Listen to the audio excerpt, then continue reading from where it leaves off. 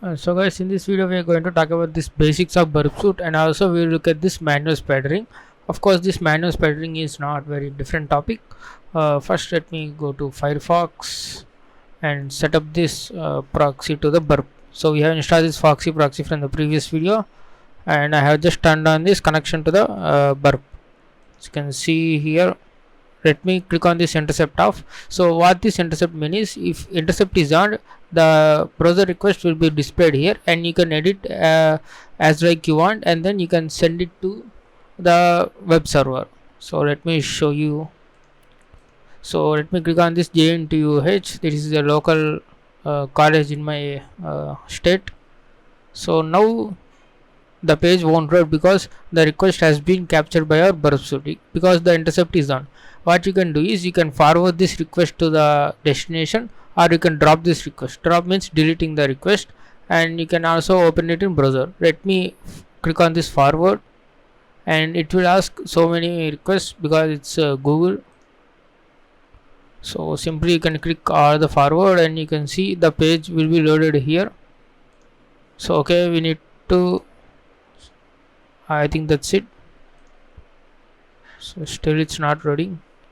So let me, so this Google browser will do so many requests. So I will just turn off this intercept off, and you will see the website loading.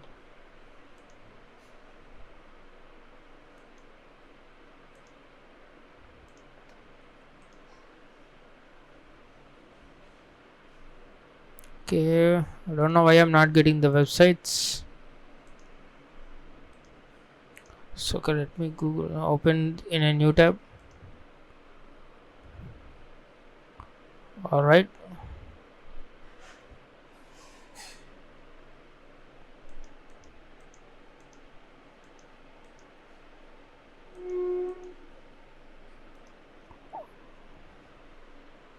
Okay, let's open another website.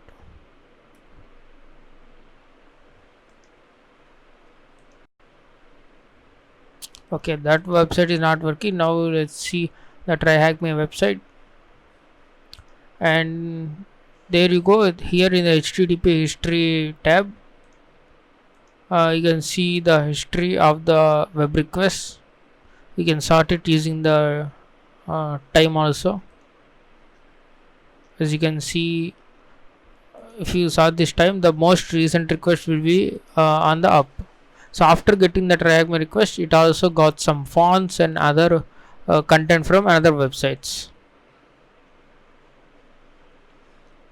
So what you can do is, you can see the request here, the number of requests, and the host name, and the method, which is the HTTP request method, and the URL to the destination, and the parameters. If there are any parameters, it will be checked, and the status 101, and the length of the request, and you can see the IP address and so on. So there is so much information going on here. You can see the detailed information of this request and response.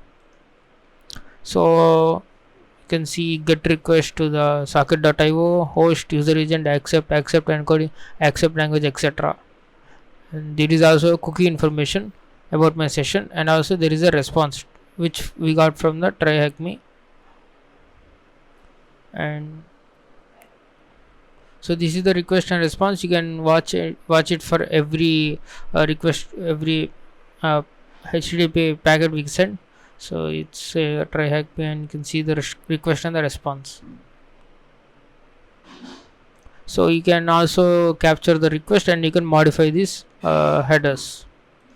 So let me click on this intercept on. So you can see get slash http 1.1, that is get, we are asking the index.html to the host tryhackme.com. You can also change tryhackme1.com. Maybe it does not exist. If I forward this one, I click this intercept off. Now we get 403. Okay, because it's not there in server, we are asking tryhackme1.com.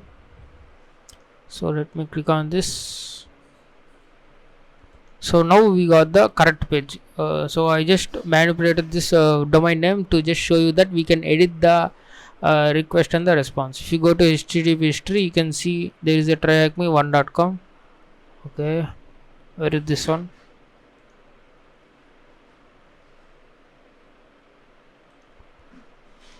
Okay, now we can edit like this. You can see particular parameters, and you can also see headers and hexadecimal values. So that's all about this proxy and HTTP history. Now we are going to see the target. So as you can see, there are so many domains we have visited. On sending the HTTP GET request to tryhackme, it has sent some request to some other websites like to get the fonts and other data. So what you can do is we can add the particular interested domains to the scope. So what this scope means is you are actually adding some domains to the scope, and you are interested only in the scope items. So it will be easy to filter out what domains are related to your interest. Now you need to go to the scope and you can add the URL here. The one of the best way is right click on this and click on add to scope, and you click on yes, and my tryhackme.com is added to scope. Now to filter only the scope items, I need to click on this. It will say some filter options, it will show you, and you can see filter by request type. I can click on this show only in scope items, and filter by MIME type, which is multi internet media extension. Just actually forgot the name, so it's extension. So what do you want to see the files with the CSS? Yes, I want to see the CSS and images and so on. You can also filter by status code. We can also check this. You can also filter by folders, whether you need to show the empty folders or not, and then filter by file extension. So filter by search term is for the pro version, and we are not going to see this. And filter by file extension, you want to show whether PHP or ASP or HTML or any other files or not. You need to specify the extension here. So if you click on this one, if I click on this tick mark and click on this, I will get all the domains. What I want to do is I will click on this and click on the show only in scope items. If I do this, now everything will be hidden except tryhackme.com. So if you click on this right arrow mark, you can see all the web folders of this tryhackme.com. So these are generated when we are asking for the GET request, but these are not automatically generated because we need to navigate to this tryhackme.com. That is called manual spidering. So if I click on login, and there will be some other folder, that is the that is file, that is login page. You can see the email and the password, and you need to send that to the tryhackme website. So this is a manual spidering, and if you want to generate so many data to identify some vulnerable endpoints, you need to go to each and everything activities, and you need to go to the learning paths and networks, etc. So you need to move on to every page, and you need to check here for the any vulnerable endpoints. Endpoint is nothing but a normal domain or normal page that does not exist alone. That is simply domain name. Okay, so this is the manual spidering. You need to move along the website to get some all the data, but there is a automated spidering that is in the professional version. So since this is a community edition, we do not have this automated crawling or the automated spidering. In the professional edition, if you click on this automated spidering, then the spider will crawl all of the folders, and each in the HTML file it will go in depth, and it will give you all the data without you going into the manually for all the things. So that's about this automated, and